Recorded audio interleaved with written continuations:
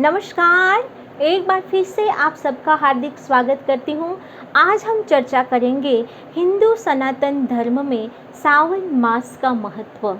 आप सभी को पता है, हम दिव्य होम में लगातार एक के बाद एक मास का महत्व, उस मास में किस देवता की पूजा की जाती है, दान पुण्य कैसे किया जाता है तथा उस मास में खान पान में क्या सावधानी रखें आदि की चर्चा हर मास में करते हैं। इसी श्रृंखला में आज हम बात करेंगे सावन मास का महत्व तथा सावन मास के तीज त्योहारों की लिस्ट और सावन मास में क्या सावधानी रखें इसकी चर्चा। लेकिन इससे पहले कि हम चर्चा आगे बढ़ाएं, रोज़ की तरह मुझे कमेंट बॉक्स में ओम नमः शिवाय लिखें और मेरी चैनल को सब्सक्राइब करें। याद रहे दर्शकों, लाइक शेयर और सब्सक्राइब करना बिल्कुल मुफ्त है। आप सभी को बताते हुए मुझे बहुत खुशी हो रही है कि दिव्य होम का जो एक वीडियो है, केदारनाथ के मंदिर के अनसुलझे रहस्य, उस वीडियो को यूट्यूब ने सबसे पॉपुलर वीडियो के रूप में स्वीकारा है तथा यूट्यूब ने दिव्य होम को ये नोटिस ये मेल भी किया है कि आप लगातार हिंदू धर्म के बारे में ऐसे वीडियो देते रहे। दर्शकों, ये आप सभी के प्यार और आप सभी के विश्वास का ही नतीजा है कि दिव्य होम लगातार एक के बाद एक प्रगति करता रहा है। आइए आज हम बात करते हैं सावन मास का महत्व क्या है। भगवान शिव को पूर्ण रूप से समर्पित है सावन मास, क्योंकि चातुर्मास के दौरान जब भगवान विष्णु योग निद्रा में चले जाते हैं तब पृथ्वी की जिम्मेदारी भगवान शिव पर आ जाती है।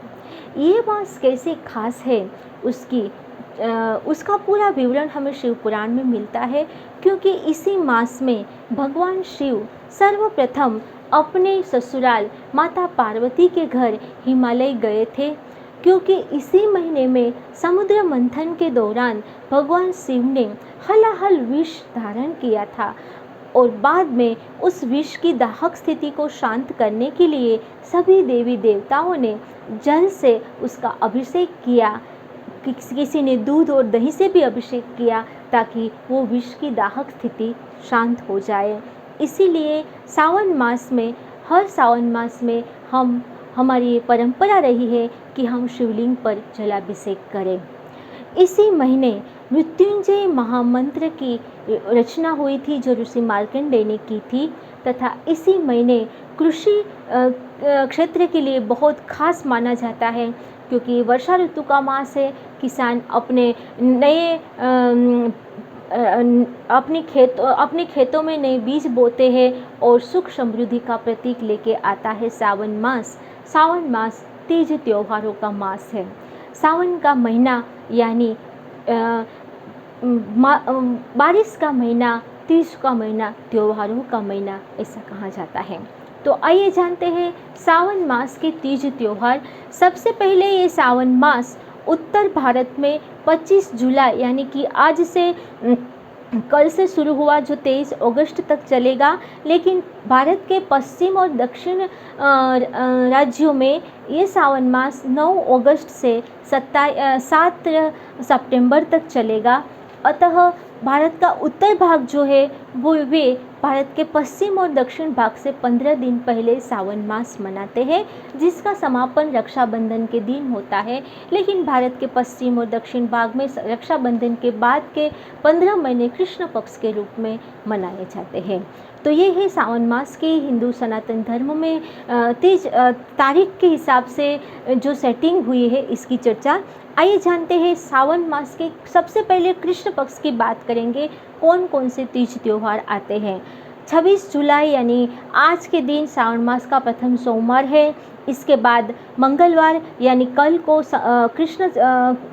कृष्ण चतुर्थी को संकष्ट चतुर्थी, कृष्ण सप्तमी को शीतला सप्तमी, दूसरे दिन कृष्ण अष्टमी को कालाष्टमी जिसमें भैरव पूजा खास बताई गई है, और कृष्ण एकादशी को कामिका एकादशी के नाम से जाना जाता है।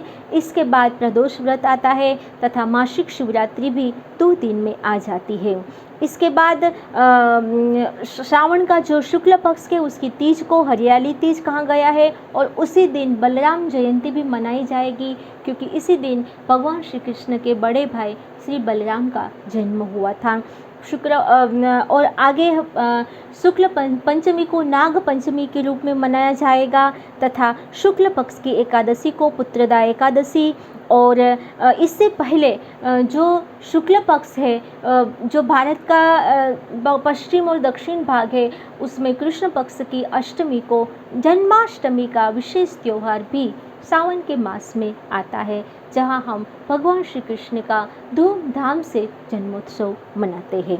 ये है भारत के दक्षिण और पश्चिम भाग की बात।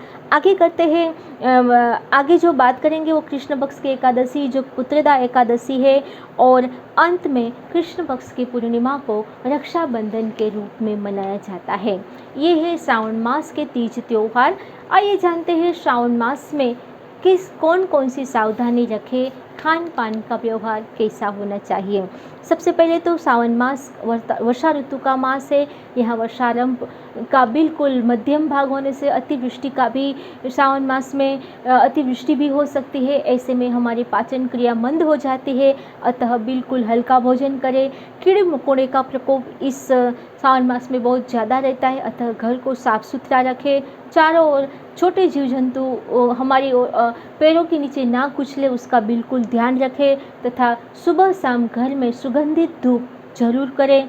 तथा क्योंकि ये सावन मास पवित्र सावन मास माना जाता है, तो ओम नमः शिवाय या मृत्युंजय महामंत्र का आप जरूर संकल्प करें और पूरे सावन मास में उस संकल्प को बड़े पवित्र मन से पूर्ण करें।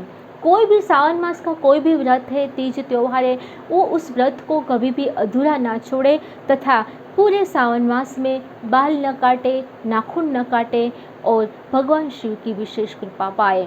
भगवान शंकर इस सावन मास में आप विशेष कृपा पाए तथा हो सके तो बड़े बुजुर्गों को एक छोटी यात्रा जरूर कराएं। आसपास के शिवालय की यात्रा भी आप बड़े बुजुर्गों का करा सकते हैं, क्योंकि सावन मास में बड़े बुजुर्गों का आशीर्वाद बहुत ही शुभ माना जाता है। भगवान शंकर आप सब पर कृपा बरसाए। इसी शुभकामना के साथ जुड़े रहिए मेरे साथ दिव्य होम में। तब तक के लिए नमस्कार।